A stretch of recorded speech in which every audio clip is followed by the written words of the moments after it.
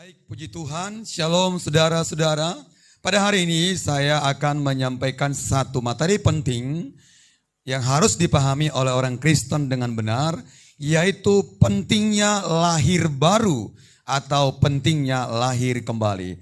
Untuk memulai pemberitaan pengajaran ini kita berdoa. Terima kasih Tuhan, kami bersyukur atas waktu yang Tuhan beri buat kami. Dan pada hari ini hamba-Mu akan menyampaikan satu doktrin mengenai lahir baru atau lahir kembali. Agar setiap pendengar mengerti firman ini dan akhirnya mereka diberkati dan mereka tahu bahwa mereka telah lahir baru. Dan akhirnya mereka mendapatkan berkat-berkat surgawi.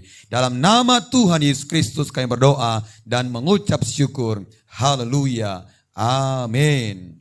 Baik saudara, kita akan awali pembacaan firman Tuhan dari kitab Yohanes 3 ayat 1 dimulai.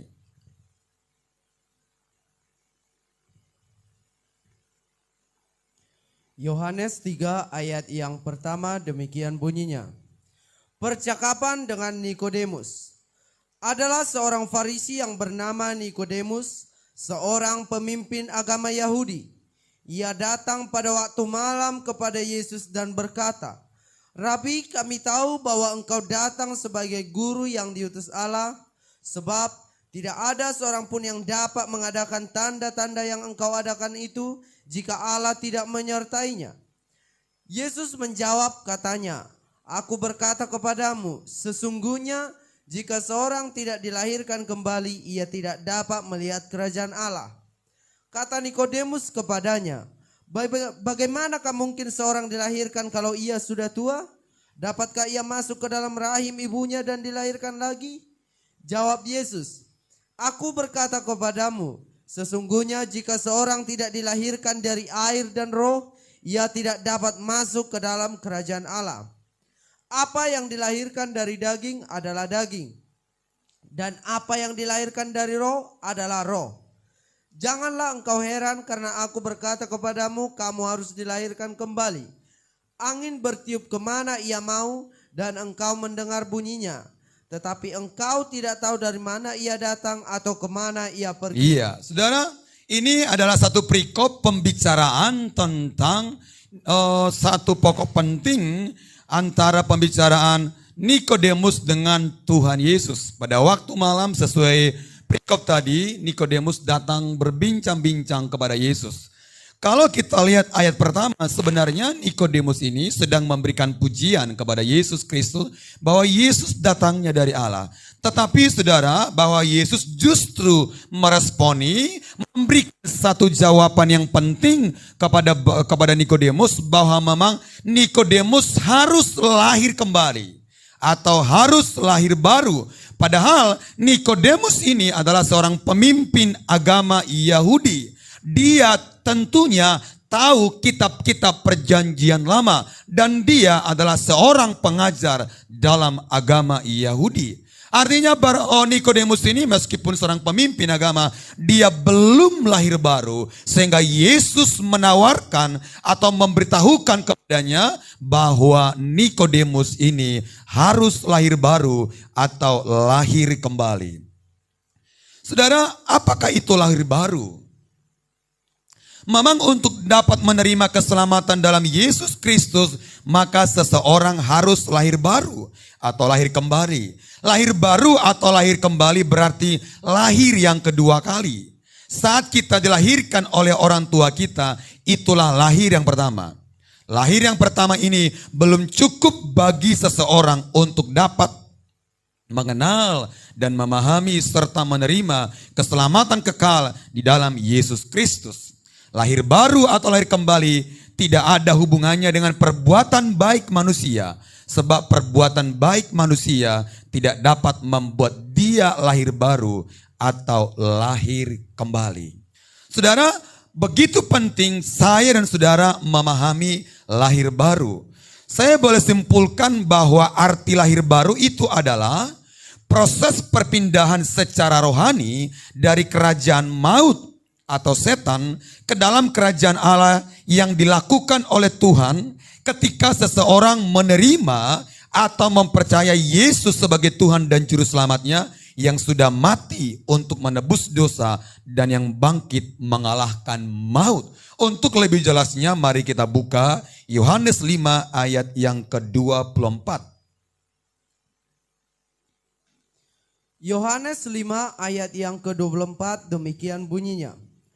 Aku berkata kepadamu, sesungguhnya barang siapa mendengar perkataanku dan percaya kepada Dia yang mengutus aku, ia mempunyai hidup yang kekal dan tidak turut dihukum, sebab ia sudah pindah dari dalam maut ke dalam hidup. Iya, saudara, bahwa orang yang percaya kepada Yesus dikatakan di sini dia berpindah dari kerajaan maut atau kerajaan setan ke dalam kerajaan hidup, kerajaan yang kekal. Jadi terjadinya perpindahan secara rohani, sebab orang yang belum percaya kepada ketuhanan Yesus, maka secara rohani dia ada dalam kerajaan maut meskipun dia berbuat baik. Namun ketika seseorang itu percaya dan menerima Yesus dalam hidupnya, maka dalam waktu seketika itu terjadi perpindahan secara rohani. Dan karena dia sudah berpindah dari dalam maut ke dalam kerajaan hidup kekal, maka dia dilahirkan kembali.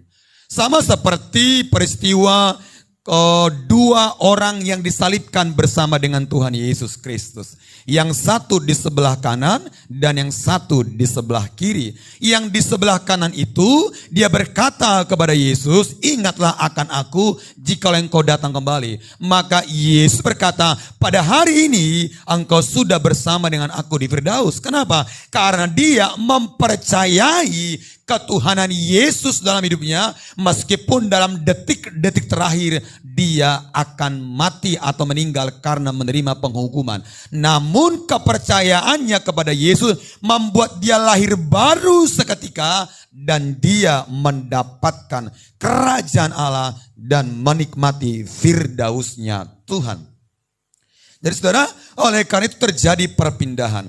Kemudian saudaraku, kenapa kita lahir baru?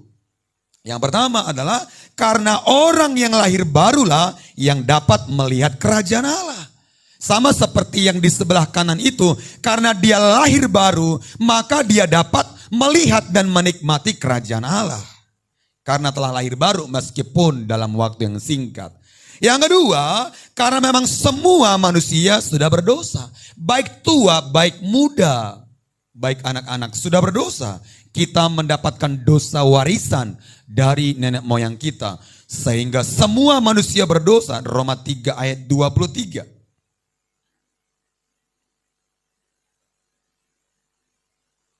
Roma 3 ayat 23 demikian bunyinya. Karena semua orang telah berbuat dosa dan telah kehilangan kemuliaan Allah. Iya, semua orang telah berbuat dosa dan telah kehilangan kemuliaan Allah. Karena dosa itu membuat manusia jauh dari Allah. Maka manusia berdosa ini perlu dilahirkan kembali. Yang ketiga, upah dosa adalah maut. Roma 6 ayat 23. Roma 6 ayat yang ke-23 demikian bunyinya. Sebab upah dosa ialah maut, tetapi karunia Allah ialah hidup yang kekal dalam Kristus Yesus Tuhan kita. Iya, karena semua manusia sudah berdosa, maka upah dosa itu adalah maut atau kematian selama-lamanya. Yang keempat, mengapa kita harus lahir baru? Karena kebaikan manusia seperti kain kotor di hadapan Tuhan. Yesaya 64 ayat ke-6. Yesaya 64 ayat ke-6 demikian bunyinya. Demikianlah kami sekalian seperti seorang najis dan segala kesalehan kami seperti kain kotor. Iya, segala kesalehan manusia seperti kain kotor di hadapan Tuhan. Artinya saudaraku, bahwa kesalehan kita itu tidak mengetuk pintu hati Bapa, lalu kita dapat menerima keselamatan dalam Yesus Kristus. Artinya bahwa kesalehan manusia tidak menjamin dia ke surga. kesalehan manusia tidak membuka pintu kasih karunia bagi dia untuk dapat menerima pengampunan dalam Yesus. Itu maksudnya. Dan yang kelima, amal dan kebaikan tidak dapat membawa manusia ke surga. Efesus 2 ayat 8. Efesus 2 ayat yang ke-8 demikian bunyinya. Sebab karena kasih karunia kamu diselamatkan oleh iman, itu bukan hasil usahamu tetapi pemberian Allah. Jadi saudaraku, kita lahir baru itu, terima Tuhan itu dan kemudian menerima keselamatan, itu bukan karena hasil usaha kita, tapi pemberian Allah. Amin. Ini pemberian Allah buat kita karena kita percaya kepada Dia. Saudara, apa yang membuat kita yakin akan lahir baru itu? Yang pertama adalah firman Allah. 1 Petrus 2 ayat 23 sampai 25 kita lihat. 1 Petrus 2 ayat 23 sampai 25 demikian bunyinya.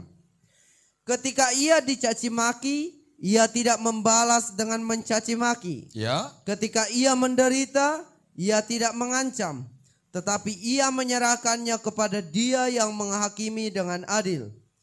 Ia sendiri telah memikul dosa kita di dalam tubuhnya di kayu salib, supaya kita yang telah mati terhadap dosa hidup untuk kebenaran.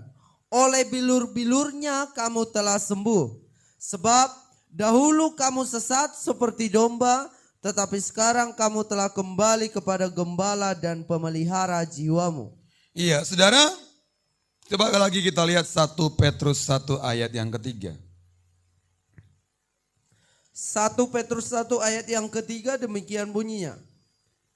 Terpujilah Allah dan Bapa Tuhan kita Yesus Kristus, yang karena rahmat-Nya yang besar telah melahirkan kita kembali oleh kebangkitan Yesus Kristus dari antara orang mati kepada suatu hidup yang penuh pengharapan. Amin. Saudara, bahwa yang membuat kita yakin akan lahir baru itu adalah karena kebangkitan Yesus dari maut. Karena Dia sudah mengalahkan maut, maka kita yakin dan kita dilahirkan baru oleh karena kebangkitannya. Kita bersyukur kepada Tuhan, kepada Yesus Kristus Tuhan yang sudah bangkit. Buat kita, saudara, memberikan kita menjadi dilahirkan baru oleh kebangkitan Tuhan Yesus Kristus. Amin. Jadi hari ini Dia yang sudah bangkit, maka Dia yang telah membangkitkan kita dari kematian juga. Kita ulang kembali 1 Petrus 2 ayat 23. 1 Petrus 1 ayat 23. 1 Petrus 1 ayat yang ke-23 demikian bunyinya. Karena kamu telah dilahirkan kembali bukan dari benih yang fana, tetapi dari benih yang tidak fana oleh firman Allah yang hidup dan yang kekal. Ya, kita dilahirkan kembali bukan dari benih yang fana, tetapi dari benih yang tidak fana oleh firman Allah yang hidup dan kekal. Jadi ada dua poin penting yang membuat kita yakin akan lahir baru. Yang pertama adalah karena Kristus sudah bangkit dalam 1 Petrus 1 ayat 3. Dan yang kedua karena firman Allah 1 Petrus 1 ayat 23 sampai 25. Kita bacakan ayat 24 supaya lebih kuat lagi. Sebab semua yang hidup adalah seperti rumput, dan segala kemuliaannya seperti bunga rumput. Rumput menjadi kering dan bunga gugur. Tetapi firman Tuhan tetap untuk selama-lamanya. Inilah firman yang disampaikan Injil kepada kamu. Iya, kekuatan daripada firman itu, saudaraku. Bahwa firman itulah yang menjadi jaminan buat kita bahwa orang yang lahir baru itu mendapatkan keselamatan yang kekal di dalam Yesus Kristus Tuhan. Bagaimana caranya supaya lahir baru? Seperti si Nikodemus itu. Bagaimana Nikodemus itu supaya lahir baru? Apakah dia harus lahir? Apakah dia harus masuk kembali ke dalam rahim ibunya? Kita akan lihat dalam Yohanes 3 ayat 16. Perikop dari yang pertama tadi.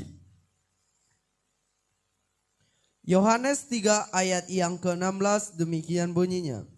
Karena begitu besar kasih Allah akan dunia ini, sehingga ia telah mengaruniakan anaknya yang tunggal, supaya setiap orang yang percaya kepadanya tidak binasa, melainkan beroleh hidup yang kekal. Iya, orang yang percaya kepada Yesus Kristus tidak binasa dan mendapatkan hidup kekal. Karena dengan percayanya kepada Yesus Kristus Tuhan, dia dilahirkan kembali. Dan karena dia lahir kembali, dia mendapatkan keselamatan yang kekal di dalam Yesus Kristus. Jadi saudara, perbuatan baik kita, amal kita tidak membuka pintu kasih karunia buat kita untuk menerima keselamatan itu. Harus dimulai dari percaya kepada Yesus Kristus Tuhan. Roma 10 ayat 10. Roma 10 ayat 10 demikian bunyinya. Karena dengan hati orang percaya dan dibenarkan, dan dengan mulut orang mengaku dan diselamatkan. Dengan hati orang percaya dan dibenarkan. Oleh karena hati kita percaya kepada Yesus Tuhan dan kita mengaku dengan mulut kita.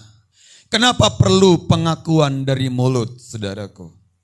Karena memang pada waktu itu, pada peristiwa-peristiwa di zaman dahulu kala, ketika ada seseorang mengaku dengan mulut bahwa Yesus adalah Tuhan, maka dia dapat dipenggal kepalanya. Jadi pengakuan itu penting. Ada orang berkatakan Tuhan kan melihat hati. Pengakuan ini sebagai bukti bahwa kita tidak takut ketika kita dianiaya oleh karena nama Yesus Kristus itu. Jadi yang pertama, supaya kita dapat lahir baru, kita harus percaya kepada Yesus adalah Tuhan. Dan kemudian mengaku dengan mulut kita bahwa dia Tuhan. Jadi ada pengakuan dari mulut. Yang ketiga, 2 Korintus 5 ayat yang ke-20. 2 Korintus 5 ayat yang ke-20. 2 Korintus 5 ayat yang ke-20 demikian bunyinya. Jadi kami ini adalah utusan-utusan Kristus, seakan-akan Allah menasihati kamu dengan perantaraan kami. Dalam nama Kristus kami meminta kepadamu, berilah dirimu didamaikan dengan Allah. Ya, berilah dirimu didamaikan dengan Allah. Jika selama ini saudara masih jauh dari Tuhan, selama ini saudara terikat dengan dosa, misalnya dengan dosa perdukunan, dengan dosa percabulan, dengan dosa perzinahan, dengan dosa penyembahan berhala, maka saudara harus berdamai dengan Allah, didamaikan dengan Allah. Dengan cara bagaimana kita berdamai dengan Allah? Kita minta ampun dan mengakui dosa kita itu kepada Tuhan. 1 Yohanes 1 ayat 8 sampai 9. 1 Yohanes 1 ayat 8 sampai 9 demikian bunyinya. Jika kita berkata bahwa kita tidak berdosa, maka kita menipu diri kita sendiri dan kebenaran tidak ada di dalam kita. Ya, ayat 9. Jika kita mengaku dosa kita, maka ia adalah setia dan adil, sehingga ia akan mengampuni segala dosa kita dan menyucikan kita dari segala kejahatan. Jadi supaya kita menerima lahir baru itu, kita perlu pengakuan dosa sama Tuhan.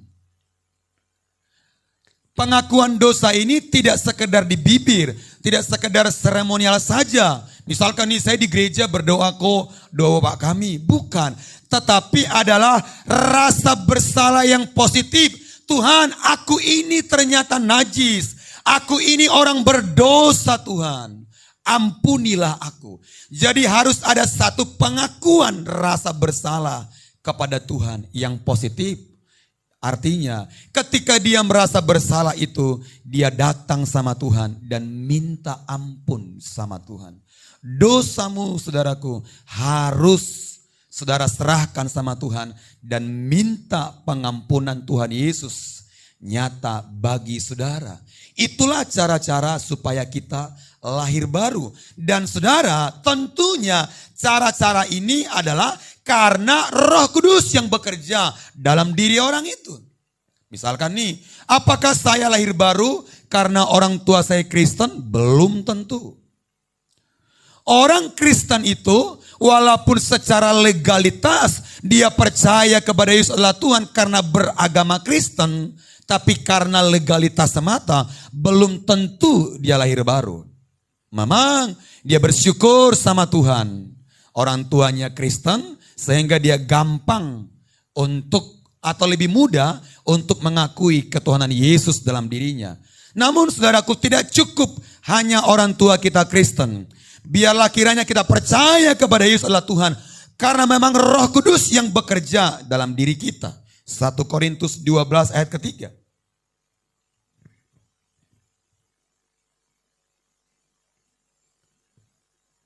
Satu Korintus 12 ayat yang ketiga demikian bunyinya.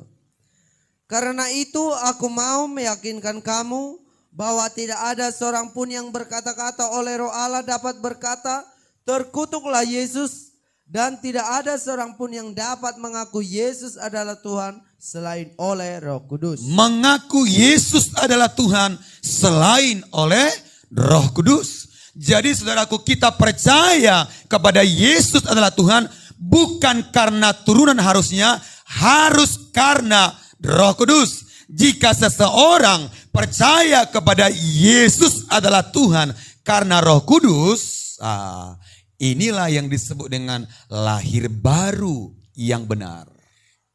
Makanya gak heran orang-orang Islam yang masuk Kristen. Karena Roh Kudus kan dia berjuang, kemudian dia buka hati. Makanya mereka menyala-nyala.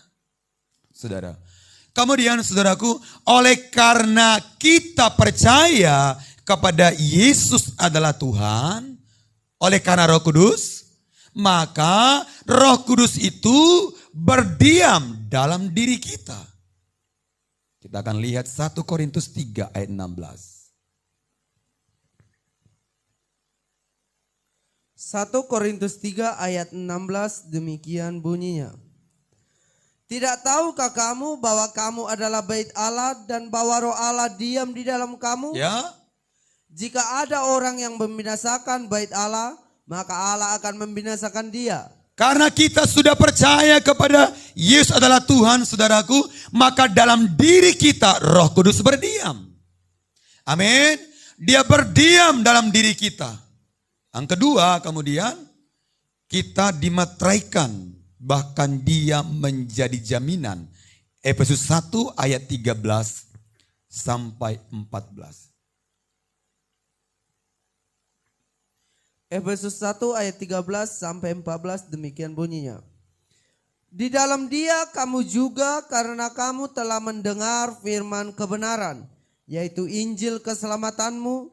Di dalam dia kamu juga ketika kamu percaya. Ya, ketika kamu percaya. Dimeteraikan dengan Roh Kudus. Dimeteraikan oleh Roh Kudus. Yang dijanjikannya itu. Yang dijanjikannya itu. Lanjut. Dan Roh Kudus itu adalah jaminan bagian kita sampai kita memperolehnya seluruhnya. Jadi Roh Kudus itu menjadi jaminan bagi kita untuk memperoleh seluruh janji-janji Allah. Jadi ada jaminan, yaitu Roh Kudus. Saudara, karena Roh Kudus itu telah berdiam dalam diri kita, kemudian kita dimeteraikan oleh Roh Kudus, dan kemudian dia jaminan dalam diri kita, begitu luar biasanya karya Tuhan bagi kita. Dia tinggal dalam hidup kita.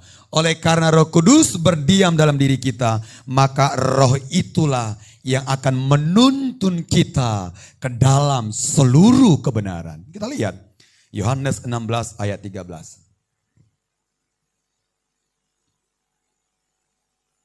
Yohanes 16 ayat 13 demikian bunyinya. Tetapi apabila ia datang, yaitu Roh kebenaran, Ya. ia akan memimpin kamu ke dalam seluruh kebenaran. Ya, dia akan memimpin kamu ke dalam seluruh kebenaran. Jadi Roh Kudus yang berdiam dalam diri kita itu, yang telah diutus oleh Bapa, dia akan menuntun kita ke dalam seluruh kebenaran. Tentunya bukan kebenaran yang bersifat lokal, bukan kebenaran budaya, bukan kebenaran suku, tetapi kebenaran ilahi, yaitu kebenaran firman Allah. Amin. Karena Roh Kudus ada dalam diri kita. Saudara, karena Roh Kudus itu menuntun kita dalam seluruh kebenaran, maka orang yang percaya kepada Yesus adalah Tuhan, dia tidak mungkin lagi percaya kepada Feng Shui. Kenapa?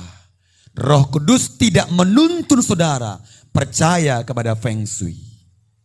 Tapi Roh Kudus akan menuntun saudara percaya kepada Alkitab adalah firman Allah. Roh Kudus juga tidak menuntun saudara untuk percaya kepada horoskop. Karena horoskop adalah buatan manusia. Amin. Roh Kudus juga tidak menuntun saudara percaya kepada berkat nenek moyang. Karena bertentangan dengan firman Allah. Roh Kudus juga tidak menuntun saudara untuk mempercayai berkat di upacara adat. Kenapa orang-orang mengikuti upacara adat? Karena mereka tahu di situ ada berkat. Makanya mereka lakukan.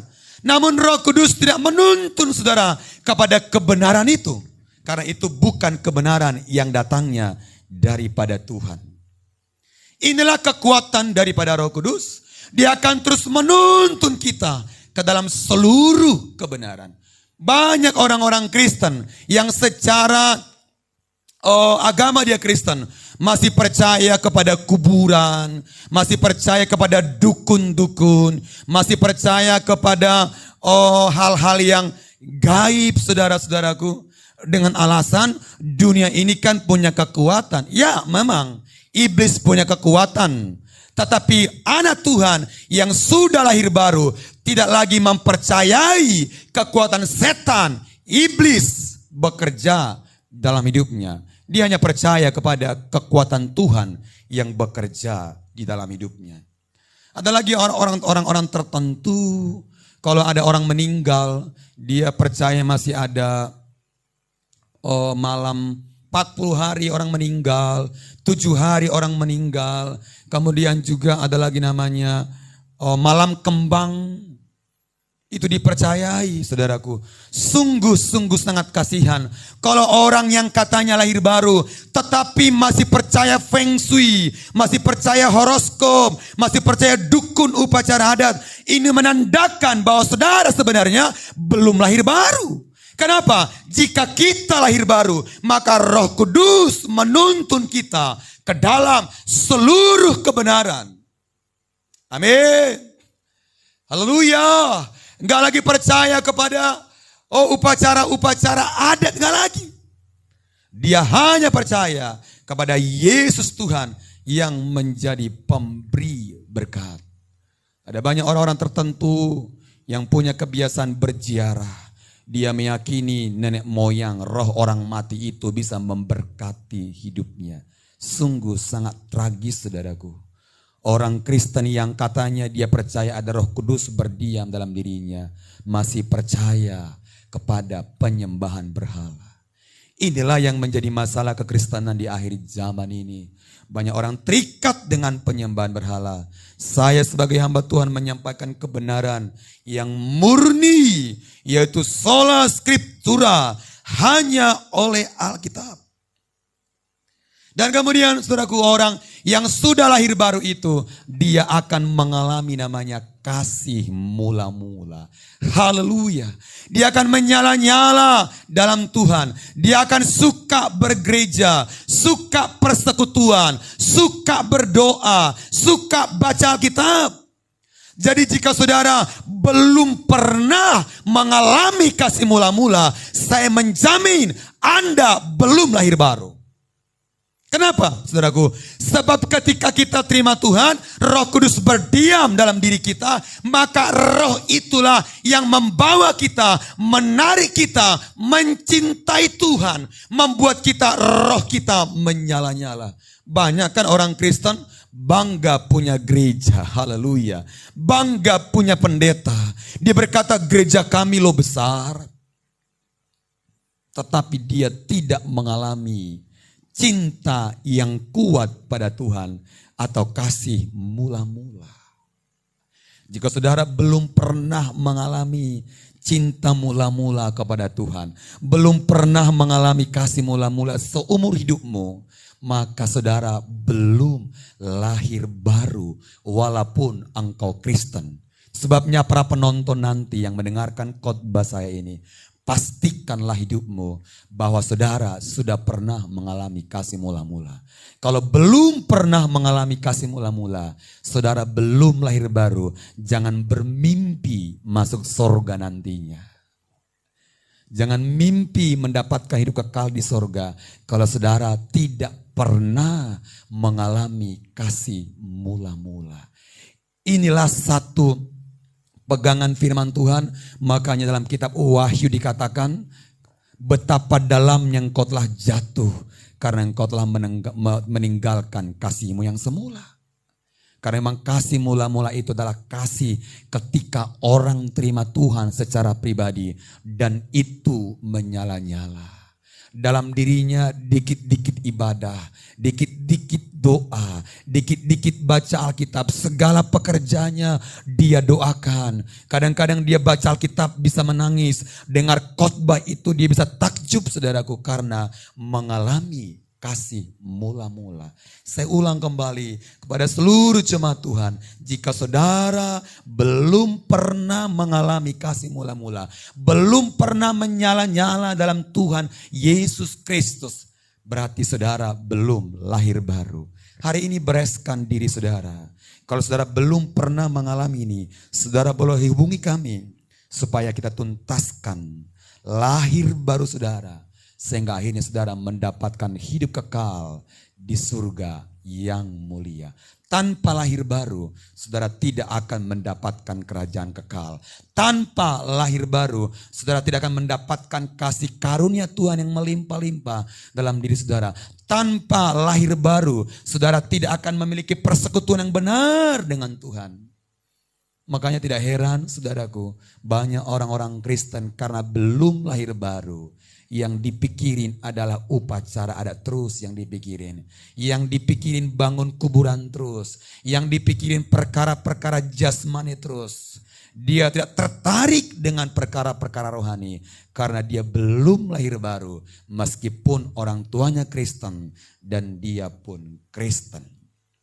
Saudara yang dikasih Tuhan, yang dikerjakan Yesus supaya lahir baru. Kita akan lihat 1 Petrus 2 ayat 2. Coba dibacakan 1 Petrus 2 ayat kedua.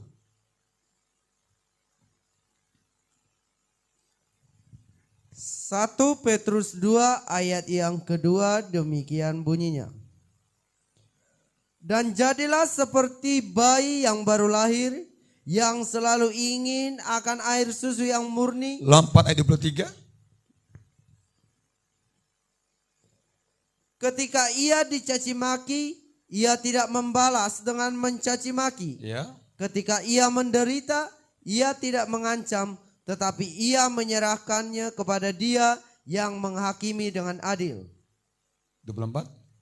Ia sendiri telah memikul dosa kita di dalam tubuhnya di kayu salib, supaya kita yang telah mati terhadap dosa hidup untuk kebenaran. Iya, dia memikul dosa kita dalam tubuhnya.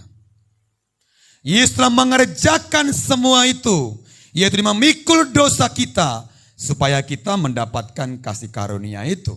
Yang kedua, dia mati untuk menebus kita. Ibrani 9 ayat 15. Ibrani 9 ayat 15 demikian bunyinya. Karena itu ia adalah pengantara dari suatu perjanjian yang baru, supaya mereka yang telah terpanggil dapat menerima bagian kekal yang dijanjikan. Sebab ia telah mati untuk menebus pelanggaran-pelanggaran yang telah dilakukan selama perjanjian yang pertama. Iya, dia mati untuk menebus pelanggaran-pelanggaran kita. Dia kerjakan semua itu supaya kita dapat lahir baru dan mendapatkan berkat lahir baru itu. Saudara, itulah yang dikerjakan oleh Yesus buat kita. Dan yang ketiga yang terakhir, dia mengalahkan maut. yaitu kuasa maut melalui kebangkitannya. 1 Korintus 15 ayat yang ke-57. 1 Korintus 15 ayat 57 demikian bunyinya. Tetapi syukur kepada Allah yang telah memberikan kepada kita kemenangan oleh Yesus Kristus Tuhan kita. Iya. Dia memberikan kemenangan kepada kita oleh kebangkitannya dari maut. Dia kerjakan itu untuk kita, saudara-saudara, supaya kita mendapatkan berkat dari lahir baru. Kita dibebaskan dari segala kutuk dosa. Oleh karena itu, saudaraku, saya simpulkan pemberitaan firman Tuhan ini bahwa orang yang lahir baru adalah orang yang menerima Yesus Tuhan secara pribadi. Bukan karena turunan. Dia punya pengalaman pribadi dengan Tuhan Yesus Kristus. Dan kemudian dia minta ampun sama Tuhan. Dia orang berdosa. Dan dia menerima Tuhan. Dia menyambut Tuhan dalam hidupnya. Wahyu 3 ayat yang ke-20. Sebagai penutup pemberitaan firman Tuhan ini. Wahyu 3 ayat 20 demikian bunyinya. Lihat, aku berdiri di muka pintu dan mengetok. Jikalau ada orang yang mendengar suaraku dan membukakan pintu, aku akan masuk mendapatkannya dan aku makan bersama-sama dengan dia dan ia bersama-sama dengan aku. Lihat, aku mengetok pintu. Jika ada orang yang mendengarkan suaraku, dia akan masuk. Saudara, dia mengetuk pintu hati kita. Supaya kita menyambut dia. Kita terima dia dalam hidup kita. Jangan katakan saya kan Kristen dari sejak kecil. Ini bukan soal kekristenan. Tapi soal bicara sikap hati yang mau percaya kepada Yesus Tuhan. Jika saudara masih terus terikat dengan penyembahan berhala, masih terikat dengan kuburan, terikat dengan orang mati, saudara belum mengalami lahir baru. Sebab Roh Kudus akan menuntun saudara ke dalam seluruh kebenaran, yaitu firman Allah. Tuhan kiranya memberkati kita pada hari ini. Nantikan kembali materi-materi baru akan disampaikan di hari-hari berikutnya. Tuhan Yesus memberkati. Kita berdoa.